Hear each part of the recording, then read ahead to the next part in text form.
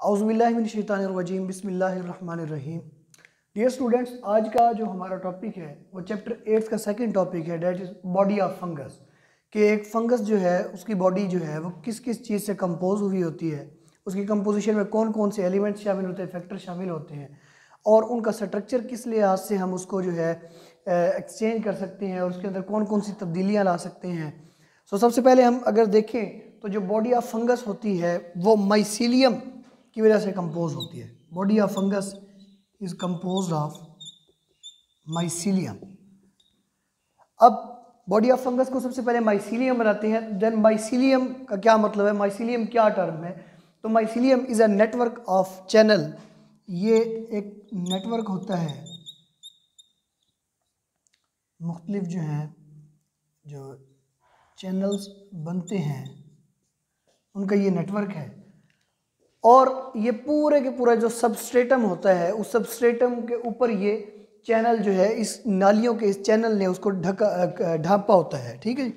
अब उसमें वो सबसे पहले अगर हम बात करें सबस्ट्रेटम की, तो सबस्ट्रेटम उस एरिया को हम बोलते हैं कि जिस एरिया पे ये सारे का सारा जो माइसीलियम का नेटवर्क है ये फैला हुआ होता है। अब ये माइसीलियम जो है that is channel, that is network of veins. ये वेन्स का नेटवर्क होता है और ये जिस एरिया के ऊपर फैला हुआ होता है उस एरिया को सबस्ट्रेटम बोलते हैं। क्या बोलते हैं जी? सबस्ट्रेटम। और इस चैनल्स को ओवरऑल अगर नाम दिया जाए तो इसको हम हाइफी का नाम लेते हैं। इसका नाम लेते हैं जी हाइफी का। मतलब hyphae is a network of channel. Hyphae network होता है चैनल्स का या ब्रांचेस का। किसका होता है जी? ब्रांचेस का चैनल होता है। लाइक अगर एक प्लांट है ना जी, तो उसकी ये जो मुख्तलिफ किस्म की जो ब्रांचेस निकली हुई होती हैं, तो इन ब्रांचेस को जो है हम हाइफी का नाम लेते हैं। किसका नाम लेते हैं? हाइफी का नाम लेते हैं। और ये हाइफी जो है ओवरऑल उस एरिया में उस सबस्ट्रेटम पे क्या हुई होती हैं? स्प्रेड हुई होती हैं। उस सबस्ट्रेटम पे ये फैली हुई होती हैं। सो बच्चों, अगर बात की जाए हाइफी के बारे में कि हाइफी की जो वाल है वो किससे बनी होती है, तो हाइफी की जो वाल है, हाइफी की जो सेल वाल है वो भी आप लोगों के पास बनी होती है काइटिन की। वो किसकी बनी होती है जी? काइटिन की बनी होती है। लेकिन बच्चों यहाँ पे जो यूज़ होने वाला काइटिन होगा वो अपनी नेचर के लिहाज से काफ़ी ज़्यादा जो है वो स्ट्रॉन्ग टाइप का होगा, काफ़ी स्ट्रॉन्ग होगा। मतलब that is much more resistant. ये बहुत ज़्यादा जो है वो रेजिस्टेंट होगा, सख्त होगा, as compare to cell wall of plants.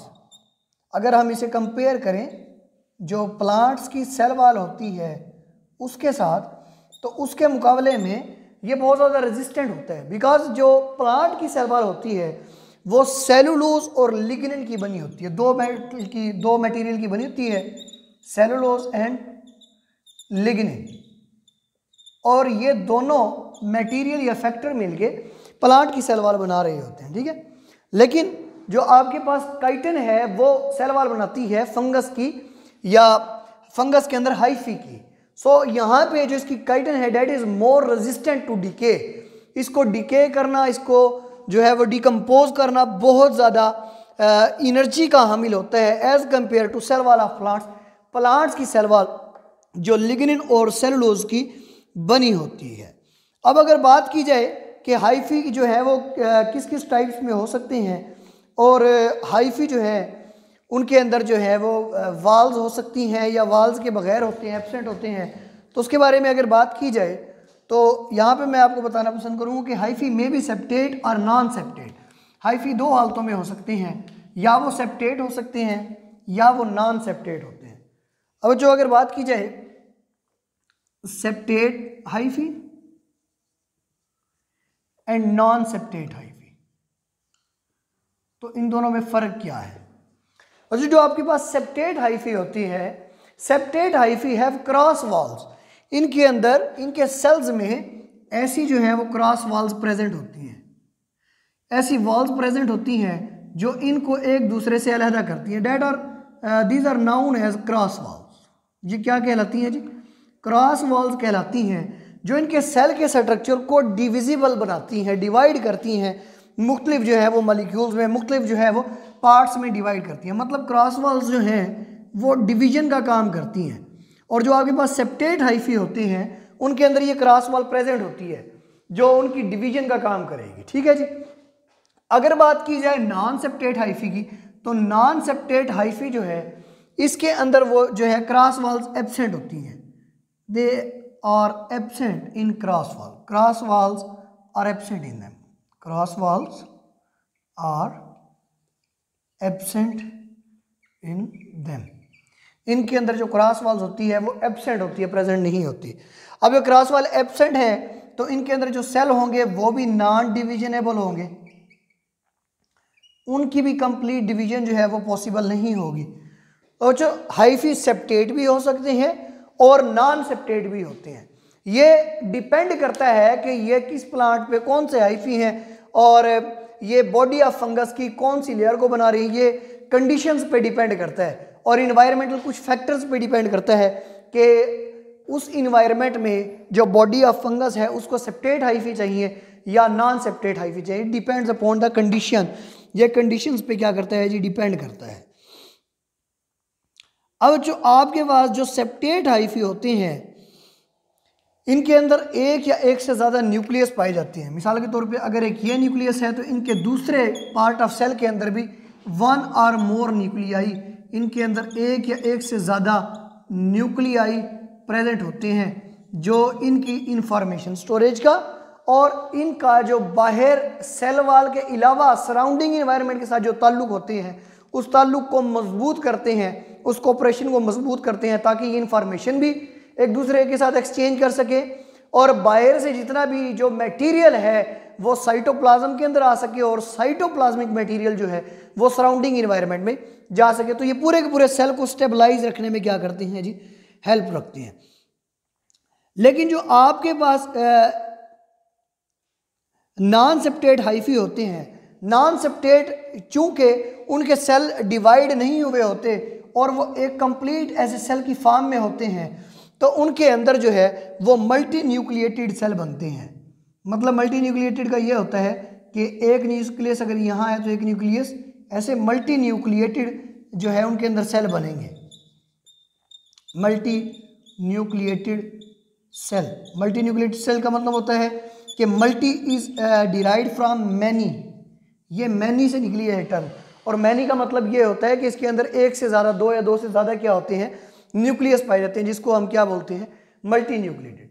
So that is the difference between septate and non septate hyphae कि septate hyphae are consist of cross walls and non septate hyphae did not consist of cross walls, otherwise they have a complete cell in which multinucleated या multinucleate जो है एक से ज़्यादा nucleus present होती हैं। लेकिन septate के अंदर दो या तीन न्यूक्लियस ज़्यादा से ज़्यादा पाए जाते हैं जो इनकी इंफॉर्मेशन स्टोरेज का काम करते हैं और इनके जो साइटोप्लाज्मिक मटेरियल है उसका आउटर इन्वायरमेंट के साथ एक्सचेंज करवाने में क्या करते हैं, हेल्प करते हैं। अब यहां तक इनकी बात होगी क्रॉस वॉल की। नेक्स्ट जो है वो हम ये देखते हैं कि जो आपके पास नॉन सेप्टेट हाइफी हैं उनको हम सोइनोसाइटिक बोलते हैं। क्या बोलते हैं जी,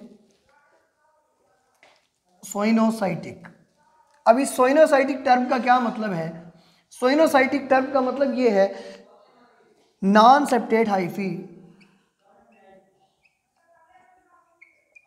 non septate hyphae are coenocytic.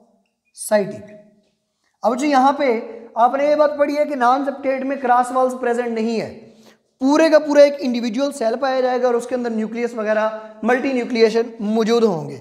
अब सोइनोसाइटिक का मतलब ये होता है कि सोइनोसाइटिक के में जो साइटोप्लाज्म है वो एक्सपेंड हुई होती है। क्या हुई होती है जी, एक्सपेंड। अब बच्चों अगर बात की जाए एक सिंगुलर सेल की जिसके अंदर न्यूक्लियस भी एक है तो उसके अंदर जो साइटोप्लाज्म दरमियान के एरिया का फासला होगा वो भी लिमिटेड होगा। ठीक है जी। लेकिन जहां पे नॉन सेप्टेट हाइफी की बात करते हैं तो न्यूक्लियस एक से ज्यादा प्रेजेंट है। अब ये जितने ज्यादा न्यूक्लियस प्रेजेंट है ये आउटर साइड पे मौजूद जो साइटोप्लाज्म होगी उस साइटोप्लाज्म को उतना ही ज्यादा एक्सपेंड करेंगे। तो इसलिए हम कहते हैं कि non septate hyphae which are coenocytic. इस सोइनोसाइटिक टर्म का मतलब ही ये होता है कि नॉन सेप्टेट हाइफी के न्यूक्लियस जो हैं, जो मल्टी न्यूक्लिएट होते हैं, वो साइटोप्लाज्म को बहुत ज़्यादा उसको एक्सपेंड करने का काम करते हैं, बहुत ज़्यादा उसको एक्सपेंड करते हैं। और इनके जो सेप्टेट हैं, आपके पास जो नॉन सेप्टेट हाइफी हैं, एक तो वह एक्सपेंड करते हैं, और जो सेप्टा होते हैं सेप्टेट फंजाई के। अब जो यहाँ पे तो साइटोप्लाज्म एक्सपेंड हो जाती है, साइटोप्लाज्म क्या हो जाती है जी, एक्सपेंड हो जाती है, और वो आउटर मटेरियल के साथ अपना जो कनेक्शन है वो इजीली बना सकती है। लेकिन जो आपके पास नॉन सेप्टेट हैं, जिनमें 1 या 2 या 3 न्यूक्लियस होंगे, वो क्या करेंगे जी, उनकी आउटर जो सेल मेम्ब्रेन होगी, उनके अंदर पाए जाते हैं पोर्स। क्या पाए जाते हैं जी, पोर्स। और इन पोर्स के ज़रिए से बाहर का जितना मटेरियल होता है वो अंदर जो साइटोप्लाज्म है उसमें मिक्सअप हो सकता है, और अंदर का मटेरियल जो है वो बाहर साइड पे आउटर इन्वायरमेंट के साथ वो अपने मटेरियल को एक्सचेंज कर सकते हैं।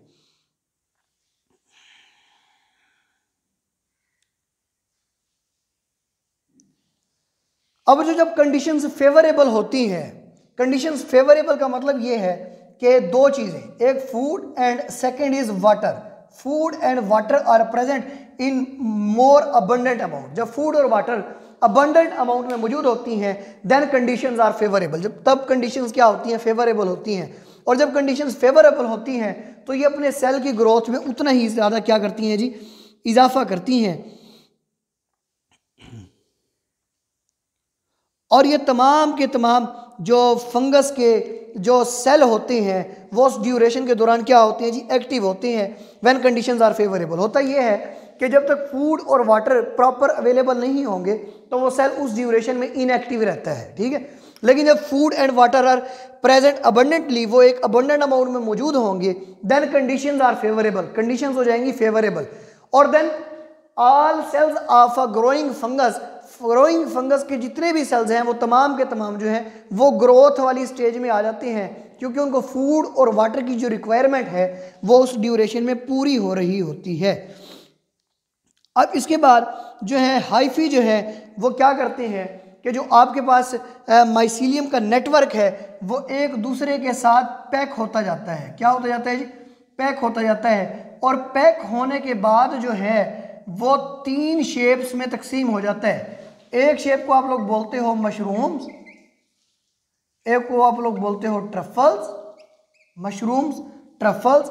इसके अलावा जो है ये पैक होने के बाद ये स्ट्रक्चर बनते हैं, mushrooms, puff balls and morals, truffles, ठीक है। इसके अलावा जो है वो पफ बॉल्स,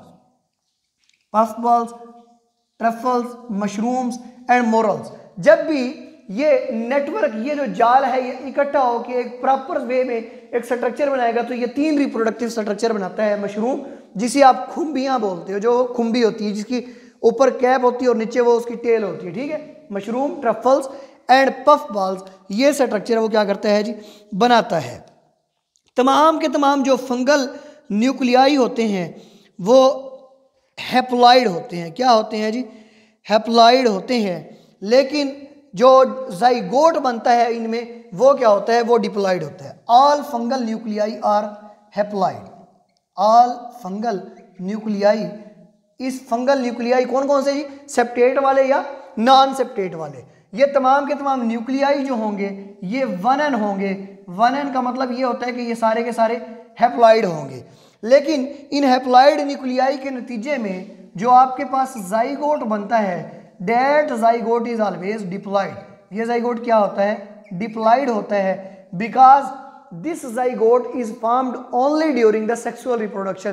क्योंकि ये जो डिप्लॉइड जाइगोट है ये हमेशा सेक्सुअल रिप्रोडक्शन के ड्यूरेशन के दरमियान में बनता है, इसलिए यह डिप्लॉइड होता है। बाकी तमाम के तमाम फंगल न्यूक्लियाई जो होते हैं वो हैप्लॉइड होते हैं, वो 1n होते हैं, because they are single in the formation of their chromosome. अपनी क्रोमोसोम की तादाद के लिहाज से वो सिंगल होते हैं, इसलिए वो क्या होते हैं, haploid. And zygote is always diploid, zygote हमेशा क्या होता है जी, डिप्लॉइड होता है। सो ये आज का हमारा टॉपिक था, the body of fungus.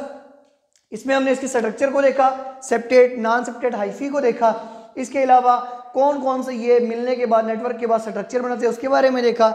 Cytoplasm की एक्सपेंडिंग नेचर के बारे में देखा है। लास्ट में हमने ये देखा है कि रिप्रोडक्शन का अमल इनमें कैसे होता है। या अप्लाइड होते हैं, अगर डिप्लॉयड होते हैं तो किस टर्म में होते हैं। तो ये आपने अच्छे से करना है और कोई क्वेश्चन हो तो लाजिम पूछिएगा।